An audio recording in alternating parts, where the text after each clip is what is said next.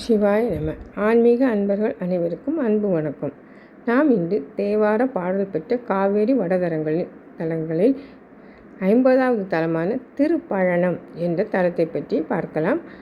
இங்குள்ள இறைவர் ஆபத் சகாயர், பழனபிரான், பரமேஸ்வரன், அமுதலிங்கேஸ்வரர் ஆகும். அம்பாள் பெரியநாயகி, சிவசுந்தர கல்யாணி அம்மை. இங்குள்ள மூர்த்தி விநாயகர், வேணுகோபாலர், பைரவர், தட்சிணாமூர்த்தி, அண்ணாமலையார், பிரம்மா. இங்குள்ள தீர்த்தம் மங்கள தீர்த்தம், அவை இப்பொழுது இல்லை. காவிரி தீர்த்தம், அமுத தீர்த்தம், முனிக்குப்பம் தீர்த்தம், தேவ தீர்த்தம் ஆகியவை இங்குள்ள தீர்த்தங்களாகும். இங்குள்ள தலமரம் கதலி, அதாவது வாழை வில்வம் மன்னராலும் முதல் பராந்தக மன்னராலும் கட்டப்பட்டதாகும். பழமையான ராஜகோபுரம் 3 நிலைகளை கொண்டுள்ளது. இங்கு கொடிமரம் இல்லை. பலிபீடம், நந்தி உள்ளன. வெளிச்சுற்றில் விநாயகர், சுப்பிரமணியர் சன்னதிகள் உள்ளன. முன் மண்டபத்தில் வலப்பகுதி வாகன மண்டபமாக அமைந்துள்ளது. விநாயகரை வணங்கி நாம் உள்ளே சென்றால் இடது பக்க பிரகாரத்தில் சப்தமாதர்கள், விநாயகர், வேணுகோபால சன்னதிகளும், சிவலிங்கங்கள், நடராஜ சபை, பைரவர், நவகிரகம் உள்ளது. கோஷ்ட மூர்த்தங்களில் மேல்தளத்தில் கிழக்கே சிவன் மற்றும் பார்வதி, தெற்கே வீணாதார தட்சிணாமூர்த்தி, மேற்கில் அண்ணாமலையார், வடக்கே பிரம்மா நின்ற கோலத்தில் அருள்பாலிக்கின்றனர். அர்த்த மண்டபத்தில் தென் திசை நோக்கி அதிகார நந்தி கைகூப்பிய நிலையில் உடைவாளுடன் காட்சியளிக்கிறார். சுவாமி சன்னதி பிரகாரத்தில் முருகன் இருக்க வேண்டிய இடத்தில் வேணுகோபாலர் குழலுடன் காட்சியளிப்பது இங்குள்ள சிறப்பம்சமாகும். நேரே மூலவர் ஆபத் சகாயேஸ்வரர் சுயம்பு மூர்த்தியாக அருள்பாலிக்கிறார். ஆபத் சகாயர் சன்னதிக்கு சற்று முன்பாகவே சிறிய மண்டபத்தில் சுந்தரநாயகி அருள்பாலிக்கிறார். அம்பாள் வெளிப்பிரகாரத்தில் ஈசனுக்கு இடப்பக்கமாக தனி கோவிலில் அருள்பாலிக்கிறார். இங்கு பங்குனி, புரட்டாசி பௌர்ணமிகளிலும் அதற்கு முன்பின் 2 நாட்களிலும் நிலா இத்தல இறைவன் மீது படுகின்றது. குபேரன், திருமால், திருமகள், தர்மசர்மா என்ற அந்தணன் முதலியோர் பூசித்து பேறு பெற்ற தலமாகும் இது. நந்தி பெருமானுக்கு ஈசன் மணமுடிக்க எண்ணினார்.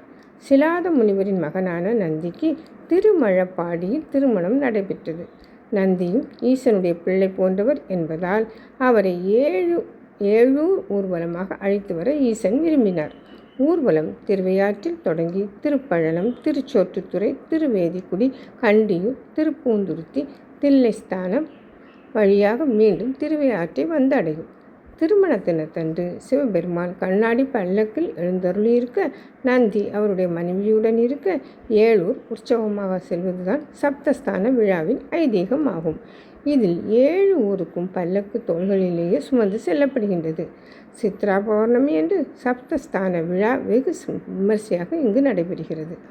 திருவையாற்றை சுற்றி அமைந்துள்ள 7 தலங்களில், அதாவது சப்தஸ்தான தலங்களில் ஆபத் சகாயேசர் திருக்கோவில் 2வதாக அமைந்துள்ளது. இத்தலத்திற்கு திருப்பழனம், கதலிவனம், கௌஷிகாசிரமம், பிரயாணபுரி, பழனிபதி என பல பெயர்களில் அழைக்கப்படுகிறது. இங்கு சந்திரன் வழிபட்ட தலமும் ஆகும். இங்குள்ள இனி தல வரலாறை நாம் பார்க்கலாம். கௌதம நதி தீர்த்தத்தில் இருந்து சுசரிதன் என்ற அந்தண சிறுவன் பெற்றோரை இழந்து அமைதி நாடி தல யாத்திரையாக வந்தான். அச்சிறுவன் திருப்பழனத்தில் ஒரு இரவு தங்கினான். அன்று கனவில் யமதர்மன் தோன்றி, இன்று முதல் 5ஆம் நாள் நீ மரணம் அடைவாய் என்று கூறி மறைந்தான். இதனை கேட்ட சிறுவன் பயம் கொண்டு பழனபிரானை சரணடைந்தான். சிவபெருமான் அசிரீரியாக நீ திருவையாற்றுக்கு சென்றால் உயிர் பிழைத்துக் கொள்வாய் என்று அச்சிறுவனுக்கு ஏற்பட்ட ஆபத்திற்கு உதவி செய்ததால், எனவே இத்தல இறைவன் ஆபத் சகாயர் என்று அழைக்கப்படுகிறார். தலபுராணத்தில் இத்தலத்து இறைவனுக்கு லக்ஷ்மி வணங்கி வரம் பல பெற்று தன் இருப்பிடம் புறப்பட்டதால் இத்தலத்திற்கு பிரயாணபுரி என்றும், இறைவனுக்கு பிரயாணபுரீசர் என்றும் பெயராயிற்று என்று கூறப்படுகிறது.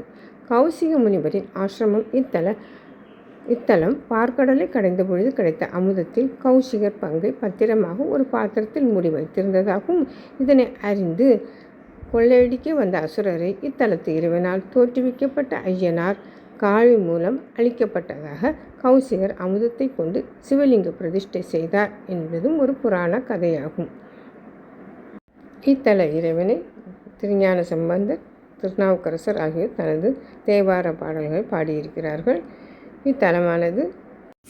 இத்தலமானது கும்பகோணத்திலிருந்து திருவையாறு செல்லும் சாலையில் உள்ளது. திருவை ஆற்றுக்கு அருகில் உள்ளது. திருப்பழனத்தை அடுத்து 1 கிலோமீட்டர் தொலைவில் அப்பூதியடிகள் அவதரித்த திங்களூர் திருத்தலம் உள்ளது. நவகிரக தலங்களுள் இத்தலம் சந்திரனுக்குரிய தலமாக கருதப்படுகின்றது. அப்பூதியடிகள் மகன் மூத்த திருநாவுக்கரசர் விடம் தீண்டி மாண்ட பொழுது அவனை மீண்டும் உயிர்ப்பிக்க வேண்டி திருநாவுக்கரசர் இத்தலத்தில்தான் திருநாவுக்கரசர் பதிகம் பாடி சிறுவனை உயிர்ப்பித்தார். இத்தனை சிறப்புமிக்க இத்தலத்தை தரிசனம் செய்து நாமும் அவனது அருள் பெறுவோமாக. மற்றொரு தேவார பாடற்பட்ட தலத்தை நாம் மீண்டும் தரிசனம் செய்யலாம். திருச்சிற்றம்பலம்.